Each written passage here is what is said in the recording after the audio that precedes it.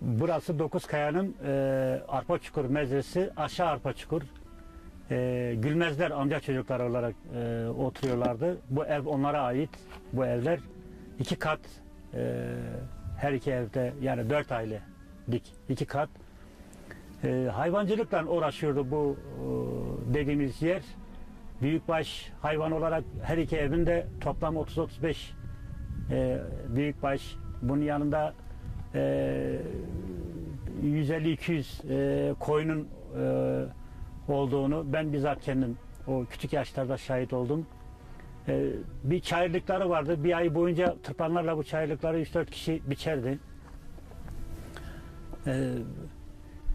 Köyümüze tekrardan yeniden dönmek, buraları tekrardan yeniden insanların yaşamak istiyoruz. Özellikle yurt dışında olan bizim bu Gülmezler ailesinde olan dostlarımız, amca çocuklarıma sesleniyorum. Bunların mutlaka gelip kendi köylerini görmeleri, gelenek ve törelerini devam ettirmeleri, diğer mezrelerimize gelen diğer köylerimiz gibi onlar da buralara mutlaka gelip görmeleri lazım. Yani tabii insan böyle duydukça üzülüyor. Kendini bir boşlukta hissediyor. Hani derler ya işte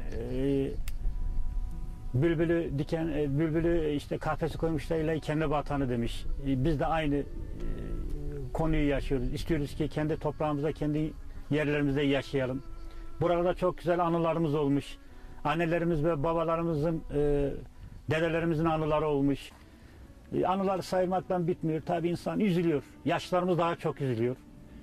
Dokuzkaya ve markasının bütün gençlerinde beklediğim şu benim şahsi düşüncem. Köylerine gelsinler, gezsinler. Dedelerin ve babalarının yerlerini görsünler. Onların tekrar yaşam biçimlerini değerlendirsinler.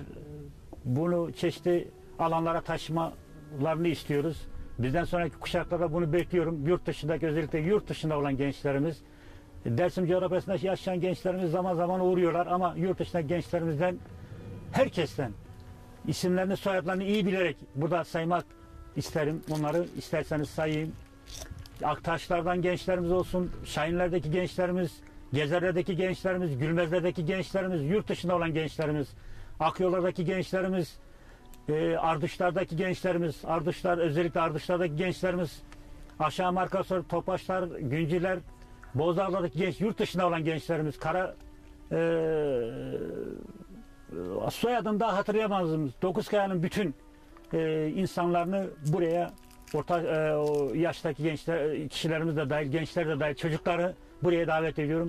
Lütfen burada Dokuzkaya köyünde bir şenlik, bir festival türünde bir şey düzenleyip tekrar yeniden birbirlerini tanıyıp kaynaşmak açısından mutlaka böyle bir şey istiyorum, bekliyorum. Sizler vasıtasıyla, sizin kanalınız vasıtasıyla, haberiniz vasıtasıyla bunlara büyük ricamız bu.